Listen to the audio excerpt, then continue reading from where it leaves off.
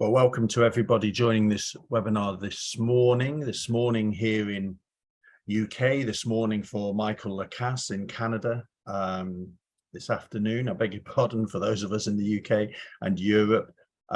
This good evening to those in the Far East and Australasia. We are going to run this webinar twice, so we expect a number of people will find it more convenient to attend the second session in 10 hours time. Nevertheless, thank you to all of you for joining us today. We did expect a few more people, but as it's 5 past the hour, I think we'll make a start. If I could just ask participants to switch on their camera just so we can see you're there. We don't have too many people with us, so it's absolutely great to confirm that we've got real people with us and not just not just virtual avatars. Hello, everybody. Hello, Nuran. Hello, Holger. Hello, Lexi. Hello, Sonia. Greetings, everybody. So what we're going to do in this session, I hope you can see the screen okay, the slides. So the agenda is in 3 main parts. I'm Don Ward, I'm Chief Executive of CIB, and I'm just going to give a very brief overview of the context for today's webinar, which is our third-party funding strategy. I'm then going to introduce Michael Lacasse from NRC Canada, who will talk about one opportunity that has come our way, and then I will introduce Deborah Pullen, who will talk about a second such opportunity. After each conversation, there'll be an opportunity for specific questions to them about their content, about the potential funding opportunity that they're going to talk about.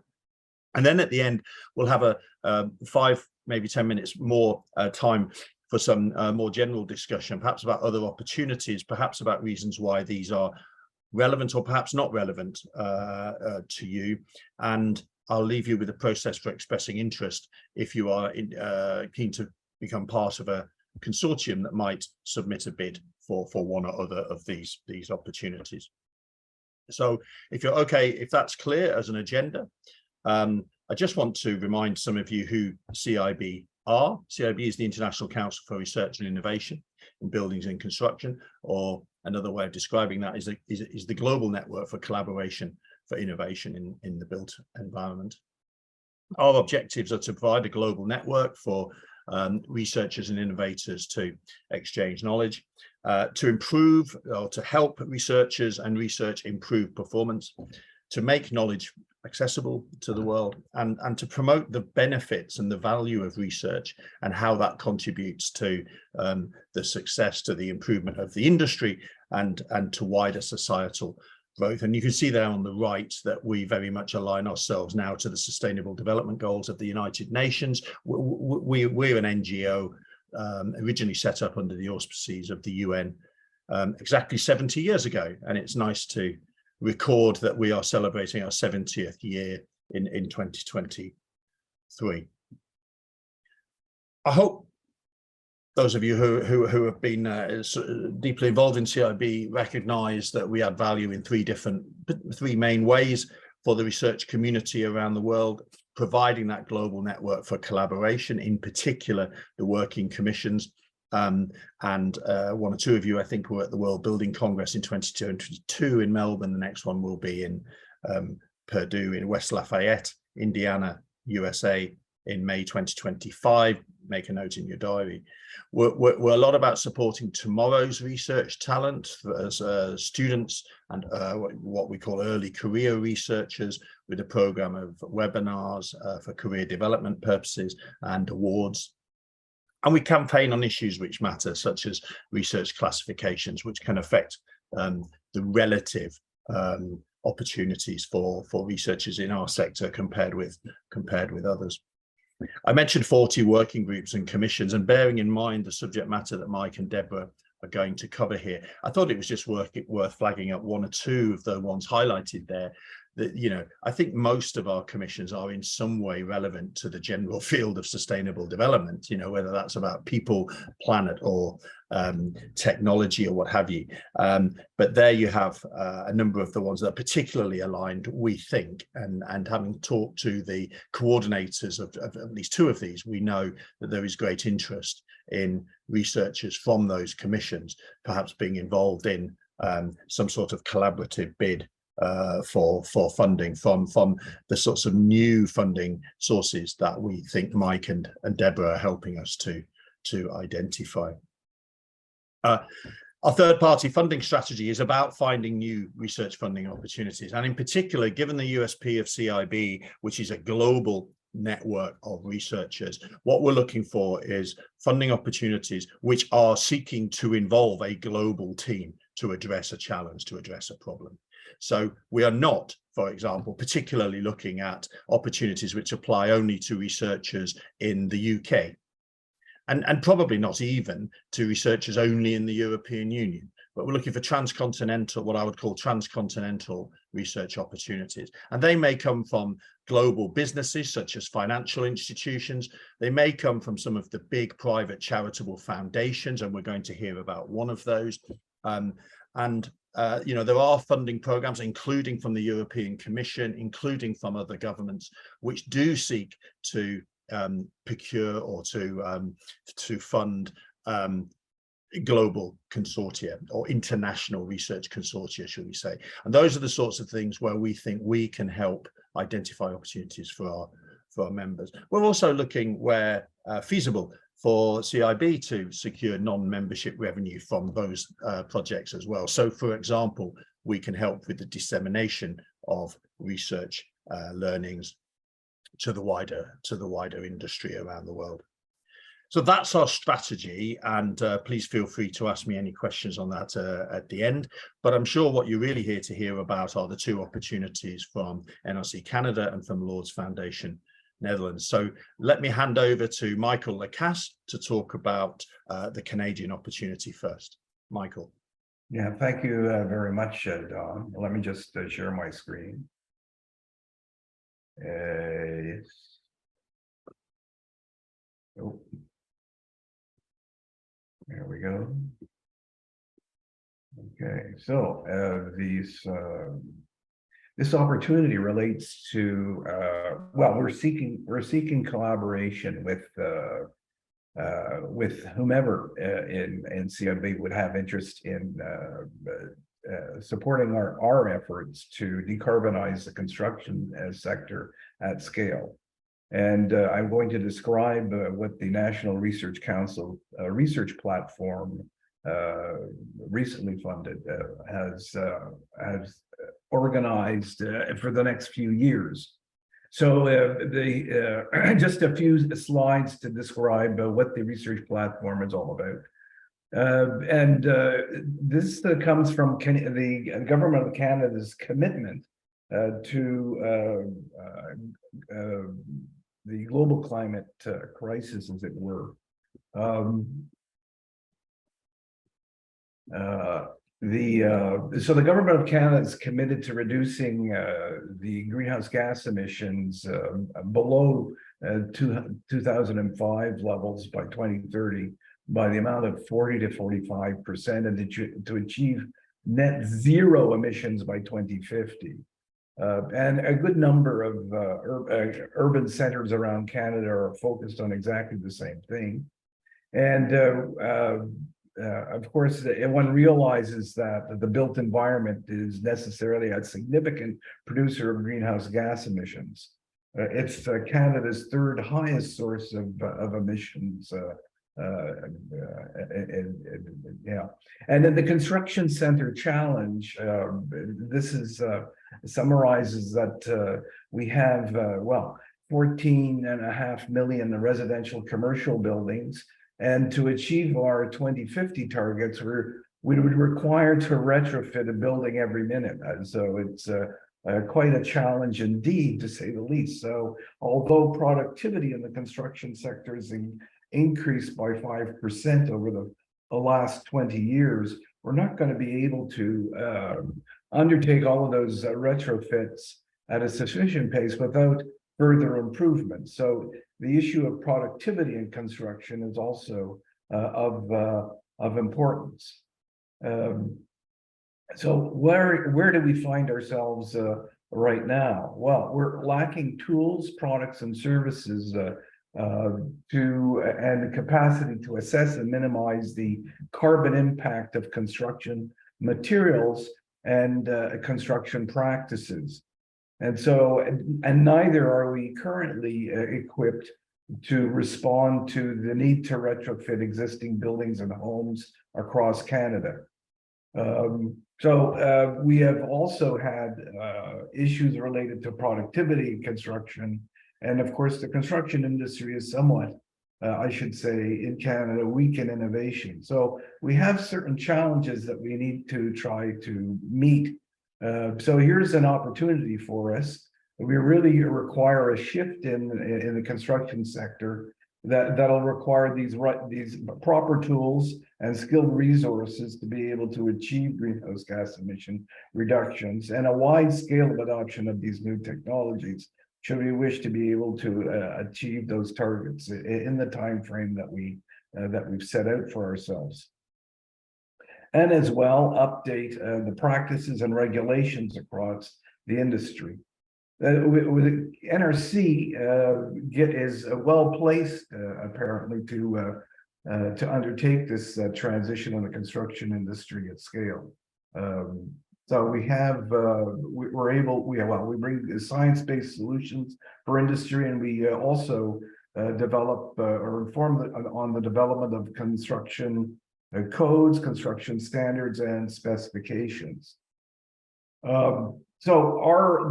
NRC research platform to decarbonize the construction sector at scale is to support the federal decarbonization policy, the federal government's decarbonization policy, and the green procurement strategy that Treasury Board Secretariat, which is the organization that oversees procurement for the government of Canada, goods and services, has interest in putting in place.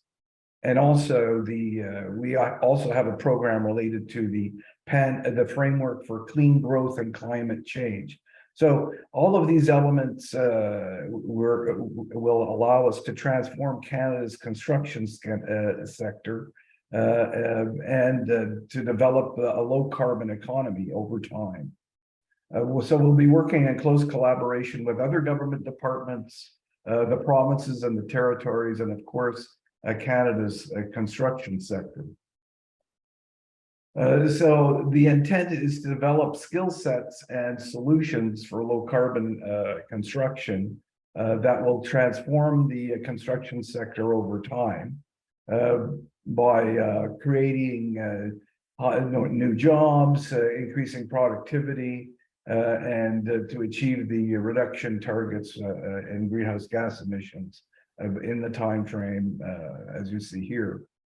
And of course, to strengthen the sector internationally so that we become more competitive.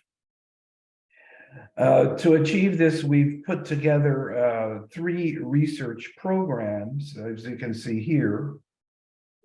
And these programs relate to the regulatory framework to achieve a low carbon construction sector, the built environment itself, and a third platform focused on productivity through the use of digitalization.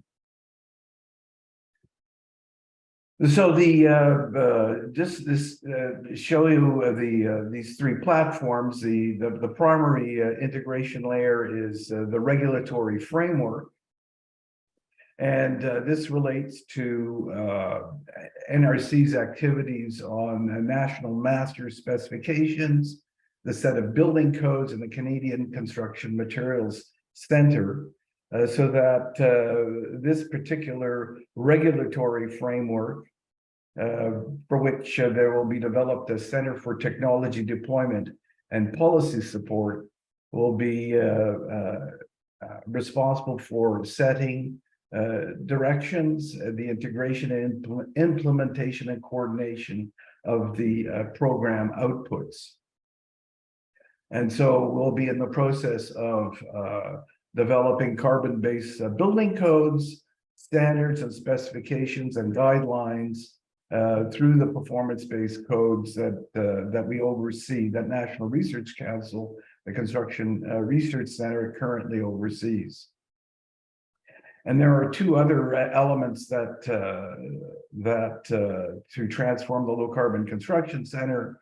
As you can see on either side of this center, Low Carbon Regulatory Framework Initiative are the research programs related to low carbon built environment and the construction sector digitization and productivity research program. So we'll look at both of these in turn. Both of these elements provide technical tools and industry developed solutions that allow the carbon regulatory framework to be further developed. We refer to these as challenge programs, and we have partners both in, we are seeking industry partners as well as partners from academia to help support the work that we're going to be doing in there. So so this is the output will allow us to digitize the building codes, digitize construction specifications, and so on. So in regards to the low carbon built environment research program, these are focused on low carbon materials, products and systems, low carbon operations and maintenance solutions, focused on low carbon decision support tools, and carbon accounting and life cycle assessment and benchmarking tools. And these are from R&D to deployment, given the understanding of what one lacks currently in the construction sector. So as one can see, the various activities that are planned, we're targeting joint research projects to develop some of these outputs, as one can see. I'm not going to go through this in any great detail, but there are several elements that in which we have interest in collaborating, and for which there are opportunities to collaborate with others around the globe. So these are some of the key outputs and outcomes from the low carbon built environment portion. So we're looking at developing carbon accounting tools, benchmarks and guides for using for designing with low carbon in mind. Products, cement and concrete products that are low carbon, and developing databases related to low carbon materials, and so on. The construction sector digitization and productivity research program relates to developing regulations, digitizing the construction practices, and new technologies that will allow us to undertake, for example, AI-driven construction plans and virtual inspections and the like. And by increasing productivity, we'll be able to advance modular construction to accelerate these low carbon solutions and retrofits.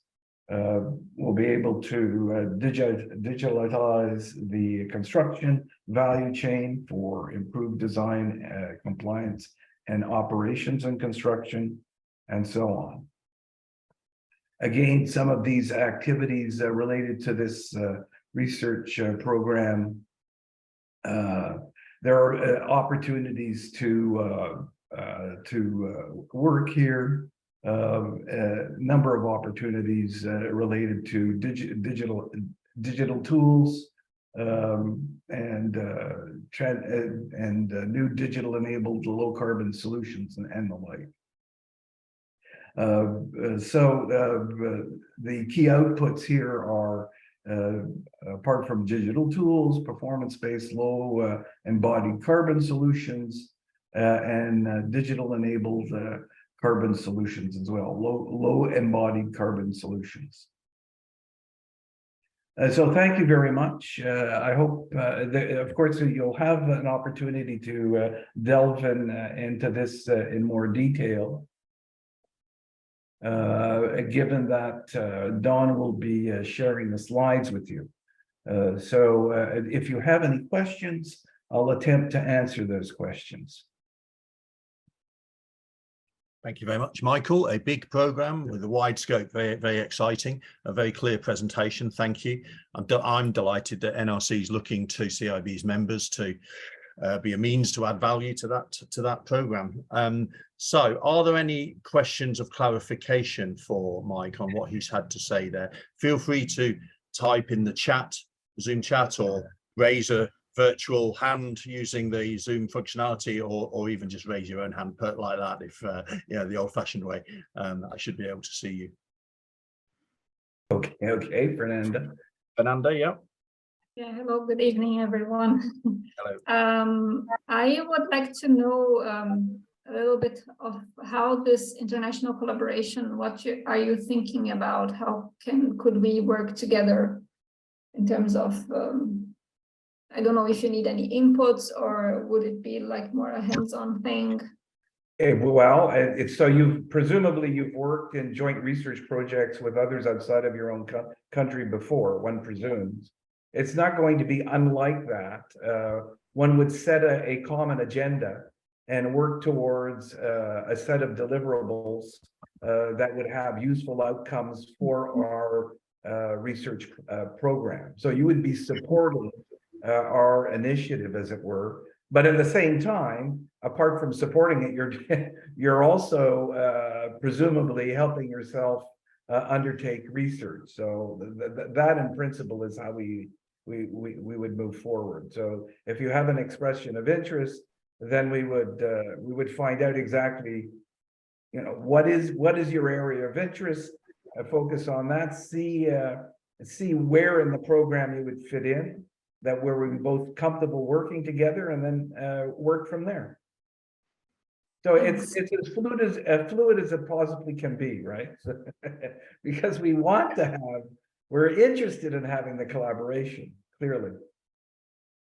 Yes, I think one of the outcomes I expect, Fernanda, from the two sessions today is that we will identify a number of people who are interested in principle, without having any detail, frankly, and then we'll facilitate a second discussion between those parties about what would be the area of common interest, right, that would interest NRC, and we would help you come together as a consortium to do that.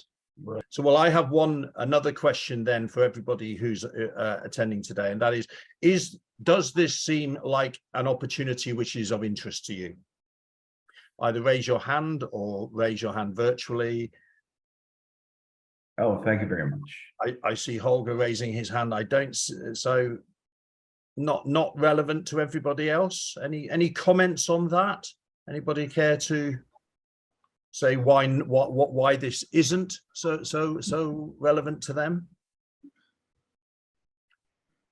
Taran has asked, how can I be a part of this? So at the end of Mike, we're going to at the end ask for expressions of interest. So Taran, I'll show you at the end of this webinar what information we'd like from you to progress.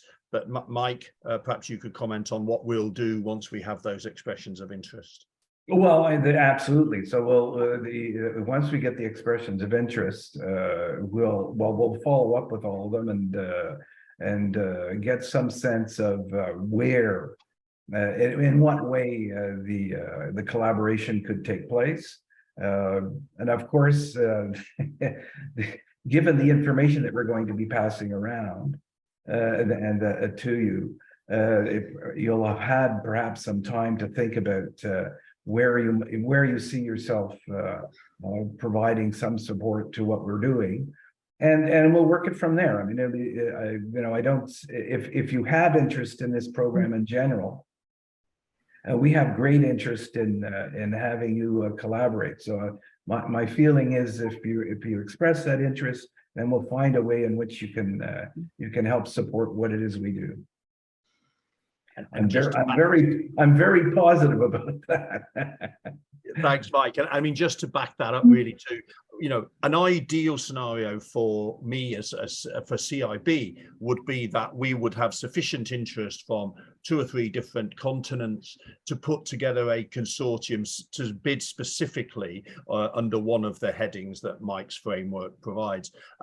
But if that isn't, if there isn't sufficient interest to do that, then as Mike says, I'm sure we can find a way to connect individuals into in some way or another. Well, we'll certainly be interested in highlighting this activity in CIB going forward, and we'll have an opportunity to do that in 2025 at the World Building Congress. We can organize I'm thinking off the top of my head, but we can certainly organize an information session and information that would provide background to not simply the platform, but also the way in which CIB has contributed to that and the contributors to the NRC platform. So I think that would be a very positive thing.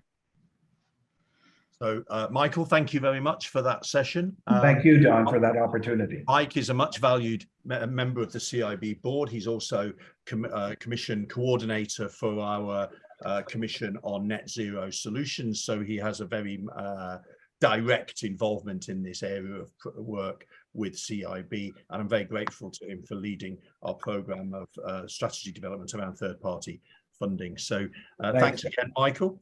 Now we turn to Deborah Pullen to talk about the second opportunity which we've identified with the Lord's Foundation. Sonia, I note your expression of interest in the chat, and we'll, thank you very much, we'll follow that up. Deborah, over to you. Brilliant, good. Hello, everybody. I'm Deborah Pullen, and I've been doing some work with CIB on the opportunities around private foundations, and I'll bring out a little bit about what that means as I talk about this particular opportunity, which is with Lord's Foundation. And I guess the strap line for Lord's Foundation, which is based in the Netherlands, is it challenges and inspires industry to harness its power for good. Now, the Brennick-Meyer family, it's their foundation, and they've had foundations for a long time. They're actually retail clothing shop owners by history. Clements and Albert Brennick-Meyer opened C&A many moons ago, and its sort of forebears. And so the primary focus for the foundation is around retail, non-domestic dwellings, if you like, or buildings. And the C&A Foundation, for instance, that supported a lot of things around the ethical sourcing of materials, how workforces have been treated in appropriate ethical ways, so that the clothing that is made that goes into the shops that the Brennick-Meyer family own is fit for purpose. And probably about 15 years ago, they started also then particularly to look at their own asset base. And they'd inherited quite a lot of real estate over the years as C&A as a brand closed and others then took over. So they're both owners and landlords of many retail outlets. They built new shopping centres as well. So their real estate business, Redevco, also focused on aspects of zero carbon, sustainability, ethical issues in relation to those buildings. They're a big advocate of standards and frameworks to both measure and drive performance across all of their foundations. A few years ago, they combined them into the Lord's Foundation as one, and I think part of that is to use the same philosophies and principles in how they fund things, obviously still with key topics. They're huge in financial terms. That, you know, they give over 60 million euros a year out to third parties, typically charities, research organizations, and other programs, which means they're, you know, at the very least, they're 1.2, 1.5 billion euros as an asset, because charities, foundations like this have to give away 5% of their value per year. The way foundations typically work, and this is no different, is they don't typically do much themselves other than have core activities to evaluate and justify their strategies. They are typically looking for other people and other organizations to realize their strategy and their ambitions, and fund them to do it. And from that, they then measure back the successes, the impacts of that. So, and it's important to think about that when we think about what CIB is and how we can build on that value piece in relation to things that we could put forward.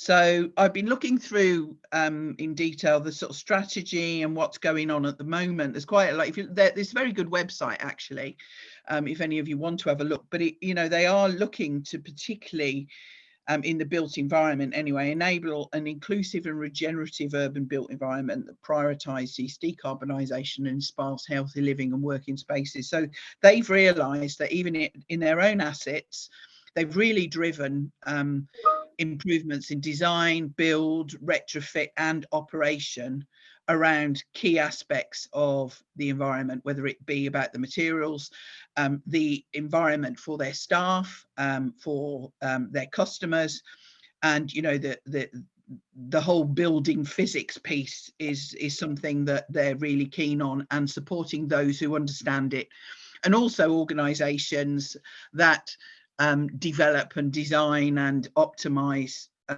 standards all over the world, whether that be green building councils or proprietary country-based frameworks. It doesn't matter. They're particularly keen for the industries to support whatever they need to do in a regulatory way to build and operate effectively. They also realise that often they're one of the many players who are in the high street or in a town or a city, and for them to have economies of scale and a bigger impact, they've also got to do a lot with, you know, their neighbours, whoever's next door, which might be another shop, it might be a bank, it might be some domestic dwellings in the area. So particularly in the last 5 or 6 years, that's what they've also realised. If they want enough products to be available to all, they need to try and get their neighbours to work on collective improvements and I guess requests. And so where they've particularly got shopping centres, you know, they've put minimum spec in to some of the tenants on how they operate, and that they have to demonstrate they're managing their waste or their energy use or whatever, and they'll support them in doing it, but it's all part of driving the efficiency agenda for everybody, and that's also a key thing to think about here. Here are some of the things that they're doing now with others, which is looking at establishing and implementing industry roadmaps, because what they want to try and do is see how can they drive some of the areas that are good, bigger, stronger, better, faster. Where are the gaps? How can they use their power of them and the collective, either industry or sector, to help with that? The investment side as well, because we all know what a critical part that is in particularly large commercial outlets. You know, how do we drive investment, and particularly as an increasing interest in the carbon agenda and ESG in relation to investment. So that's something they look at. Also looking at the communities and how they, you know, all communities, you know, how does this real estate have impacts on the community that either work there or buy from there or live next to? You know, how do we make a positive impact on that? And that goes right down their supply chain. And then also, you know, they've got a particular bias, obviously a focus at the moment around sustainable materials, but wood, and that's through, you know, a built in nature program. And again, that's I'll illustrate to you what that might mean in relation to CIB. So what they look for are schemes, programs that either it's an initiative that they have indoors which brings together partners and programs and activities, or they go out and support others who are doing that. I'll just tell you a little bit about the grant process, just so you know. I mean, it's open all the time for discussion with them. They're particularly keen to work collaborative with partners, organisations who have an agenda which aligns closely with theirs, and also there's shared values. So I think that's important to understand in terms of how we represent. We have to bring out that synergy, you know, what CIB is doing now and what its drivers are actually the value that could also be translated to what Lords are doing. You can express an interest in terms of at any time, and they will come back to you quite quickly to say whether they believe the thing you're doing and need funding for additional funding has an alignment. So that's quite helpful. And then from that point, depending on how much money, there's either a proposal light approach or a full proposal, obviously more detail, which they have their own committee with some external review who will look at that. If we're going to more than $500,000, it does have to go through another loop within the whole Lords board. And you know, but that just could potentially delay a little bit the decision. But I think the important thing here is that actually there's no deadlines as such, and there is quite a quick process that we can link into.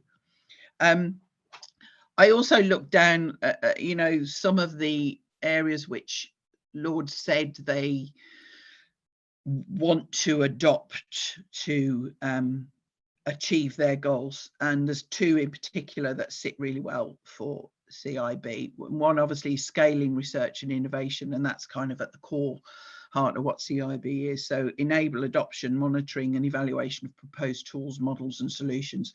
So my thoughts there particularly, you know, would be a good start of a 10 could be, well, what research has CIB already done?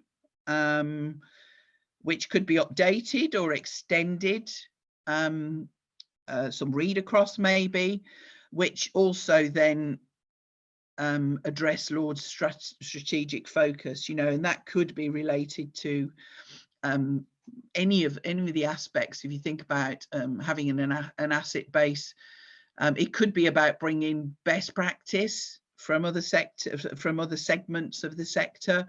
It could also particularly be about where might be the gaps in knowledge, because they have a really strong driver at the moment to recognize that where they can create a really big impact as a foundation and a charity is to look at parts of the world where maybe they're on a slower or they're a little bit behind other countries or nations or territories.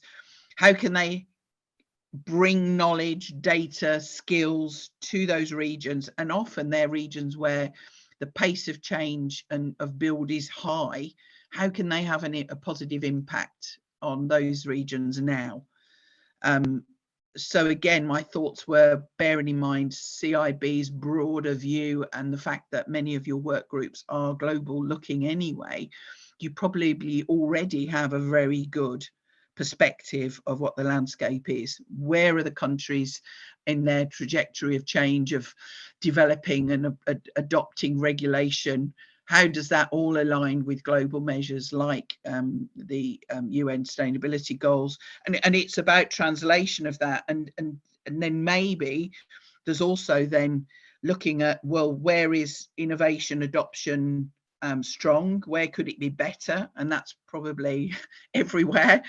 And it could be that identifying some, whether it be a case study around particular challenges, how some have adopted it, and it doesn't have to be a national view. It could be that some really great practice is happening in parts of the world, and kind of trying to illustrate, particularly to industry, where adoption of more innovation could work. And then I think part of it is also to be really clear, what are the outputs and how might they be disseminated? And I guess, you know, thinking about someone like Lord's Foundation, that what they want to do is look at a group, look at an organization or a program and go, okay, you've got all of the pieces here to do this. And your strategic views are very similar to ours, might be broader. What can you do quickly anyway with your network and wider to disseminate the value and the output from this work? Because whilst Lord's Foundation and its partners will do their bit, you know, what they're looking for is buy-in to groups who are already well placed to do that. And so additional funding is allowing CIB to achieve what it wants to achieve and should be achieving, you know, bigger, better, quicker, faster, all those things I said. So and obviously the other approach of, you know, cultivating alliances and networks, CIB already has that, which is a, you know, really powerful thing. I mean, an analogy is that Lords are funding a number of initiatives with UK GBC. They obviously do have quite a strong link in the UK, but also in Europe as well.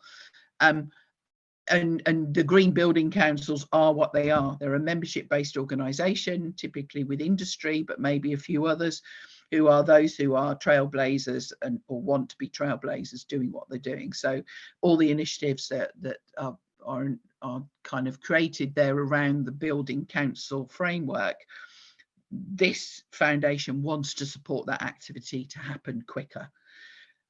CIB has a parallel, complementing but quite different focus here, particularly I think around the research and innovation community. And I know that when we did a little bit of work actually with the Redevco Foundation, which became part of Lords when I was at BRE, and that was around sustainable rebuild after disasters. And you know, they are really keen to support traditional research organisations and that activity, but they haven't got the wherewithal or the infrastructure to manage those contracts directly.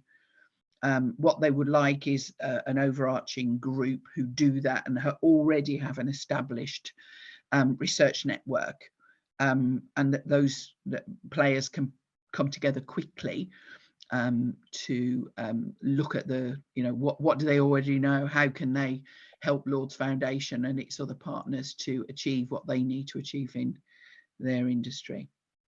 So I'll finish there.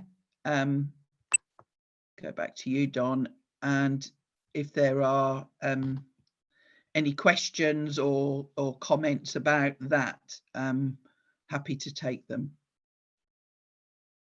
Yeah, Deborah, that's fantastic. Thank you. A terrifically clear presentation and a second very exciting opportunity today.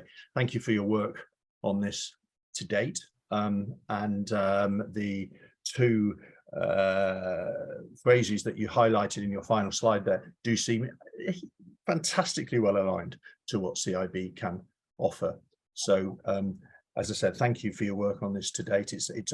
For me, it's identifying some very exciting opportunities, which I hope either our individual members coming together or our existing commissions will be able to take advantage of.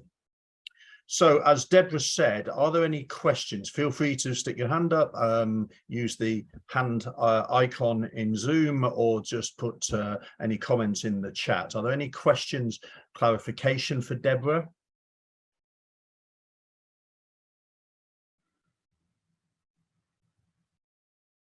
I don't see any comments on that. Can I, oh, Lexi, I see your hand. Yeah, thanks. My question is to Deborah. Thank you for the presentation, it's very clear. The issue of sustainability is often very much focused on reducing carbon emissions, but you mentioned communities and you mentioned neighbours, and I wondered whether the foundation is interested in social sciences work, because there's obviously a lot of technology focus in a lot of projects, but you've got to have that technology adoption, and you've got to make sure that there's a general sort of a change management component to this. And I wonder whether that was part of something that the Lord Foundation would be interested in. I think very much so, because as you say, actually, they've driven this from their own perspective of making sure their assets are effective and all the technical stuff, as you say, also potentially some of the commercial things, but they've understood massively the challenges of the social aspects of whether it be other businesses and how they work together, and engaging with their customers is a critical part of this. And I remember Clements Brennan at a presentation I went to saying about, he just thought it was so obvious that you put something out and say to people, well, you've got to do this with your bins, and you've got to do that, and you've got to give us the data, because we're all under this sort of premium use thing or whatever. And he appreciated, one, they're very much behind the curve in some ways, but also that it's about trying to enable them and learn from some of the science that people have done in this space as to how to make this easier and quicker and obvious. It became obvious to them they had to do it, primarily driven from financial, actually, like everybody, and understanding how you make this easy. How do you get your clients on board with this as well? Marks and Spencer's is a good example of some of the initiatives they've done over the years to try and get their customers bought into this whole issue. All combines, whether it has a direct link to the bottom line of that company, or is it a movement where the more people involved in this, the easier it is, the bigger business opportunity is for somebody. And that's what they're trying to drive, I think. So, and it may be that something like that would potentially also differentiate a lot of the work that they're funding with others, that is probably more aligned with where are we against environmental standards around that. If there's some other social aspects that they haven't particularly got such a strong network, I think that would be a good starter. Great, thank you. I work with Michael Lacasse in Canada, actually, so although I have got a British accent, I'm living in Canada. Yeah, it's great to see this going on at the Lord's Foundation, because they obviously have the right intentions, and they match very much what we're trying to do at the National Research Council too. So it's lovely to see that. Yeah. Thank you, Lexi. I certainly won't hold a British accent against you. I don't think there were any other questions of clarification, so I'll ask the same question that I did after Mike Lacasse's presentation, which is those people online who's interested in this, would you like to express an interest in getting a bit more information, perhaps being consulted on a potential proposal here? Yes, Lexi, I see your hand. I see Noan's hand as well. I apologize if I mispronounced your name there. Who else can I see? Thaddeus, yes. Good. I see. That's great. Holger as well. Thank you. Sana, yes, please. Hi, hello everyone. It's very interesting. Actually, it's very relatable to my research area as well. So thank you very much for organizing this. And here in the expression of interest, of course, I'm going to send an EOI. Yes. So it says which funding opportunity. So do we have to be like very specific with one of our projects, or it's just a conversation? It's just a conversation, but if if it was either Mike or Deborah's proposal which interested you more, the opportunity, I mean, there's big overlaps between the two, but if one of them was more of interest to you, please say so. But if both are relevant, then also just please say that.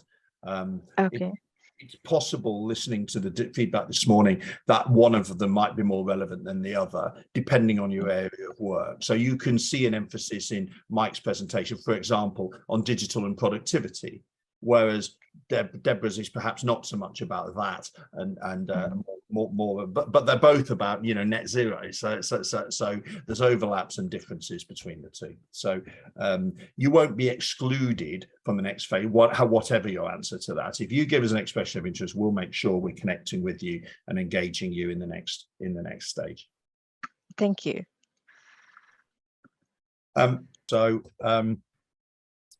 Let me tell you then how I see the next steps for both of these, actually, and I hope on screen is a slide entitled Next Steps.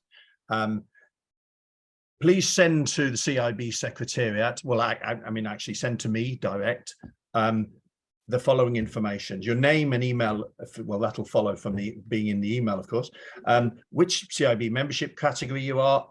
I can look that up, but it just saves me a lot of time. Which funding opportunity in particular, whether it's the NRC, Lords, both, or whether it's just a general interest, any of those answers is absolutely fine. And then where you have relevant research interests and can easily provide those, so for example, a couple of links maybe to your LinkedIn page or to your academic homepage, that would be super.